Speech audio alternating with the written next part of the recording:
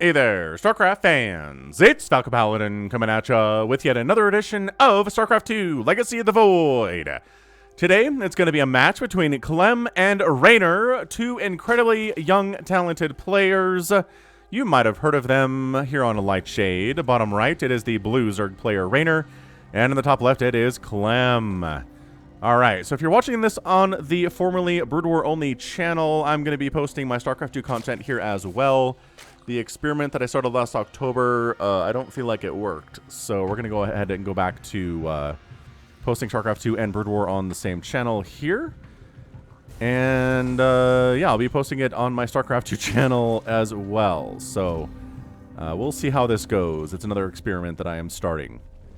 If you have any questions, let me know in the comments. I read every comment that anyone ever makes.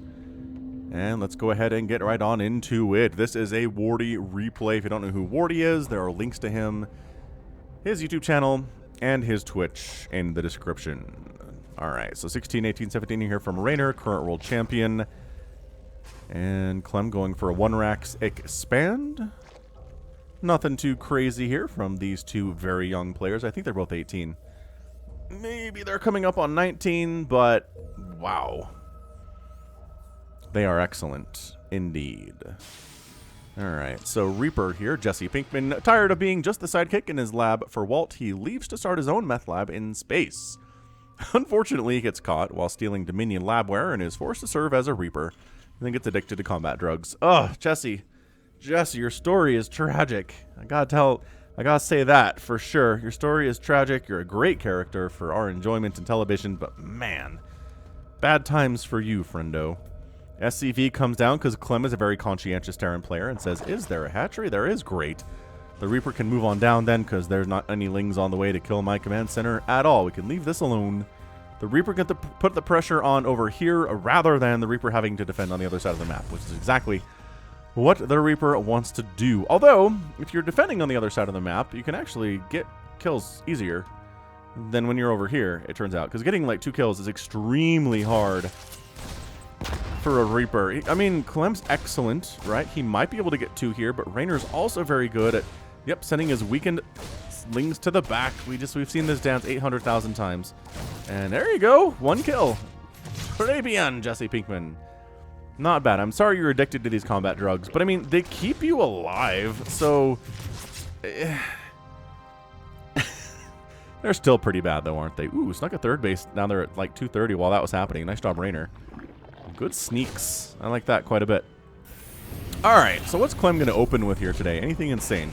1-1-1, so Barracks Factory into Starport. Little Hellion pressure, nothing too crazy here out of Clem. He does have some extremely good, extremely strong Tank Marine timings that he's killed Serral with before. I'm not sure that I've cast him in a Reynor game recently, so I'm excited to see what this is all about. But yeah, this is not something you've seen before unless you watched it with Wardy. So, maybe you have, maybe you haven't. God, I'm fully expecting there's going to be people in the comments that are going to be like, I thought you stopped casting StarCraft 2. I did my best. I really did my best to let all of you guys know that I was moving to another channel, but it seems like it didn't work. Not enough people got the memo, and as a result, that channel did not do as well, even close to what I wanted it to. Anyway, you don't care. You don't care about the ins and outs of the business here. We just care about the StarCraft. That's why you are presente. Medevac on the way. Maybe try to drop some of these Hellions on into the main base. That'd be cool, yeah. Also, I'm casting in 4K now. So if you have a 4K monitor or a TV, you can enjoy the brilliant gloriousness of StarCraft 2 in 4K, which is hot. Yeah, that's new. Lings got in here, and actually, that's a lot of lost mining time for a couple of Lings that got in here. They're going to get an SCV. Hold on. Dude, there are like 4 SCVs that are very close. There we go. 1, 2, 3. Bam, bam, bam. We're just Hellbat pushing. He's not actually cleaning these up. Okay, Hellions cleaned them up, but the Hellbats are here. But that's a lot of queens, man. That is so much queen. Yeah, I don't know. The medevac's not going to accomplish anything. That's a lot of fire. Yes, it's very nice, Clem. But Reynor has enough queens to handle this. They're surprisingly good against buildings and surprisingly tanky versus queens, but queens are ultra tanky versus hellbats. Like, anything that's not light is incredibly tanky versus hellbats, but they crush anything that is light. It's the trade-offs, right? Transformation, active. A couple drones die, but really nothing that Reynor needs to be worried about. He's one of the best Zergs on Earth at recovering from losing drones. Like, he'll lose 30 workers, and then 40 seconds later, just like nothing ever happened. It's very strange. He's incredibly skilled. Again, won the world championship. I know BlizzCon's not a thing, and I know Katowice was held in February of 2021, but it was the world championship for 2020. I will die on that hill. Reynor is a world champion. The end.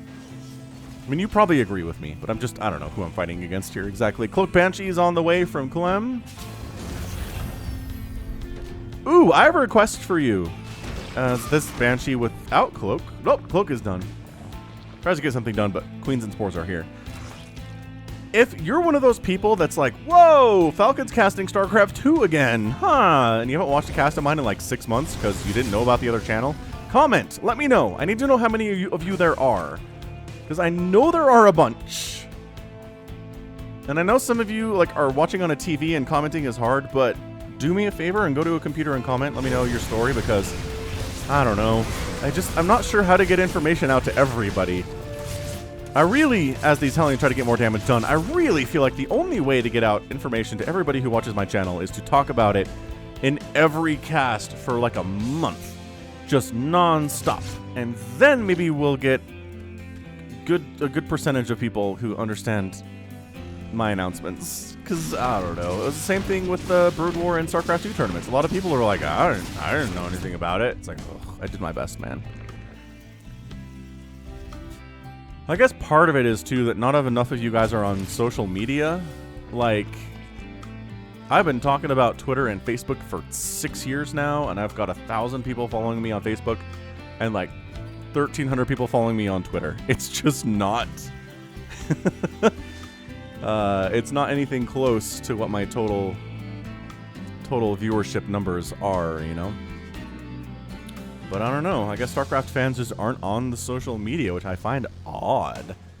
I don't know what it is. /Falcon Paladin. This has been a pretty meta cast. I'm sorry. Let's focus on the StarCraft now. StarCraft is happening, as Lag TV says. This is the time where Clem gets scary. Alright? This is the time where Clem shows up with Marines and tanks, and some Hellions and some Medivacs. And he puts pressure on the Zerg player because they don't have speed banelings yet. And the tanks cover the Marines and puts a tank on the high ground here. And then he just pushes in. He says, if you want to come get me, you have to deal with a siege tank. And that's exactly what's happening. Big splash on those banelings, but decent hits nevertheless. Saving some of the units in the medevac and evacuating them to the high ground.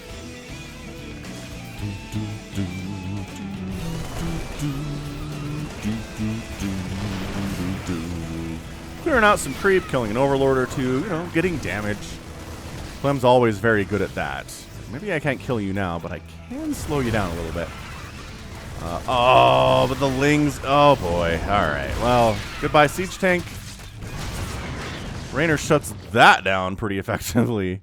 I mean, part of the problem is the banelings are here and they have speed now. Mutalisks on the way from Reynor. I don't trust Reynor with mutas. I don't. He's not on my list. There's like 5 players in the world that I trust with Mutalisks against an elite Terran player. And Clem is an elite Terran player. So, let's see how Reynor does here. Okay, I want to keep track of how many Mutalisks he loses. Because I will never forget the game he played against Innovation in 2020 where he lost something like 55, 60 mutas and lost the game. Innovation was just like, cool, Thors, Marines, Widow Mines, let's do this thing. And just so many mutas kept dying over and over again, and it was very sad. Whereas somebody like Serral really takes care of his Mutalisks. To an absurd degree sometimes. Lingbane, gonna be alright here. Yeah, getting in there before the tanks set up, that was a tiny, tiny window that he was able to jump into. He's making more Lings back home. Marines, Marauders in production. A bit of a Ling counterattack. Or Mutalisk counterattack. Caught by surprise. No, Clem, you can't be caught by surprise by Mutalisks. That will destroy. He's got turrets on the way now. That's for sure. Oh, Clem, is that the game? I don't want to call it at the 10-minute mark, but by grief and golly, if you didn't know Mutalisks were coming, oh, that hurts. 10 SCVs down for basically nothing. The Mutos are fine.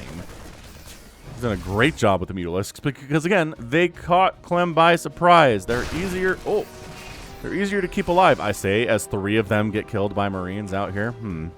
Infestation pit on the way from Reynor. Great splits by Clem. Again, this is where Clem has won games against Cyril before, is in this situation. But Reynor has so many Lings and Banelings. He's maxed out at 10 minutes on Lings and Banes and Queens. And Mutalisks, I guess. He's just, is he going here? I don't know. Like, problem is you have to go off creep to really crush this. And you're not fast enough off creep to really crush this, so I don't think he's going to give it a try. Oh, okay. Third bait. Oh, the defense is not quite. Oh, it is here. It's a little bit here, I guess. Liberators show up. SCV evacuation is real right now. Slow bane or fast banelings, but off creep. All right. Sure, it kind of works. Nice target firing there. Oh, there though, but oh boy. All right. Reynor's getting some good trades here. That was close for a minute. It really was. On the other side, he's kind of in the same place he's always been. Living on this low ground, sending in hunting expeditions onto the high ground to kill queens, and they're just too much Reynor here, though, you guys. Look at how many Reynor there is. Oh, boy. Clem, friendo, I love you, man. I do. I believe in great things about you. Oh, and the Mutas are trying to kill the Medivacs, and oh, boy. Not all the Medivacs, but a bunch of Medivacs go down, but see Clem on the counterattack.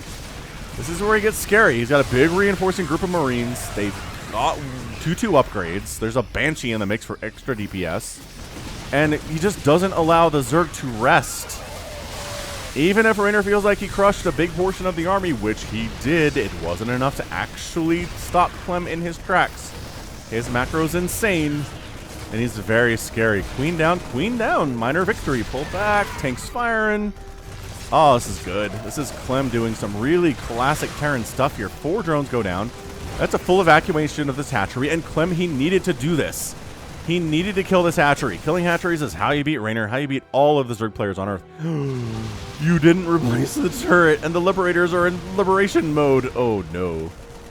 Oh, no. Meanwhile, though, this base is down too. Dude, this is a good match. This is good. The Mutas are unopposed on the Terran side of the map, but Reynor's knocked down to 4 total bases after losing 2 hatches in about a minute and a half.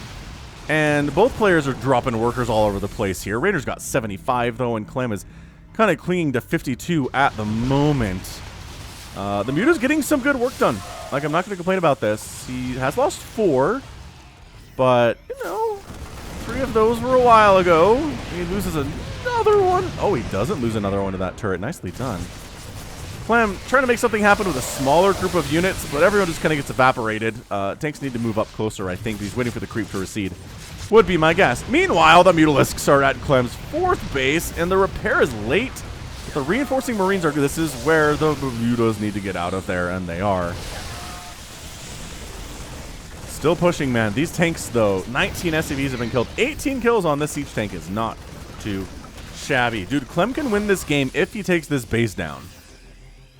Which I don't know if he can. It's a 110 to 90 army supply. Again, free hits on that hatch is good. Reynor just swarming with the Lings and Banelings. There are no Widow Mines, which I feel like would help a lot here. But high ground siege, though. High ground siege tank and reinforcements. Again, the Mutalisks have completely shut down Clem's main base for income, which is admittedly a problem. High ground tank can only do so much. Oh, and Los Ultralisks have arrived, and that's where things get real bad. And that was it. That was the closer. Ultralisks showed up. Reynor somehow found, in the midst of all of this chaos of controlling Mutalisks on this side of the map, of losing 2 hatcheries in painful ways, to also have 78 workers, tech up to Ultralisks, get chitinous plating, and shut down Clem's Marine tank setup because he didn't have enough tanks, and he didn't have enough Marauders, and he didn't have any Widow Mines to help with it. And yeah, 43 Marines is the majority of your army, and then Ultralisks arrive, and 4 Ultras, and you're a dead man. Yeah, I mean, high ground tank, once again, can only do so much. And is doing a lot, mind you. It's got 21 kills. But then the ultras pop out of the eggs, and they're glitched because I came back into the replay, but they're a little scarier that way, aren't they? And then, bam, 165 to 108 supply. I mean, it's 86 to 65 army supply, and that is your good game. Reynor takes the win here. A really, really insane 15-minute game. That felt like it was longer. I do feel like there. It's just he didn't realize mutos were coming. I think that's it. If you had to boil this down to something very simple, Reynor tech to mutalisks. Clem was not ready for it. Did not have turrets up. Led to him losing 49 SCVs, which is just abysmal. Also, the mutos did a great job killing medevacs. 7 of them went down. That's pretty good. He did lose 11 mutalisks, so again, not the greatest taking care, but he won this game, so hey, I can't complain too much. 2 hatcheries killed, no bases killed for the Terran, but he didn't have anything to handle Ultralisks arriving with 2-2 upgrades and chitinous plating almost done, so. Under friggin' standable. That was definitely a thing. Whew. All right. So that right there is going to be it from me. This has been Falcon Paladin coming at you with yet another edition of StarCraft 2 Legacy of the Void. Thank you so much for watching. You can catch me on Twitter, Facebook, Patreon, and Twitch, all at /Falcon Paladin. And until next time, as always, stay safe, stay healthy, and until next time, take care of yourself.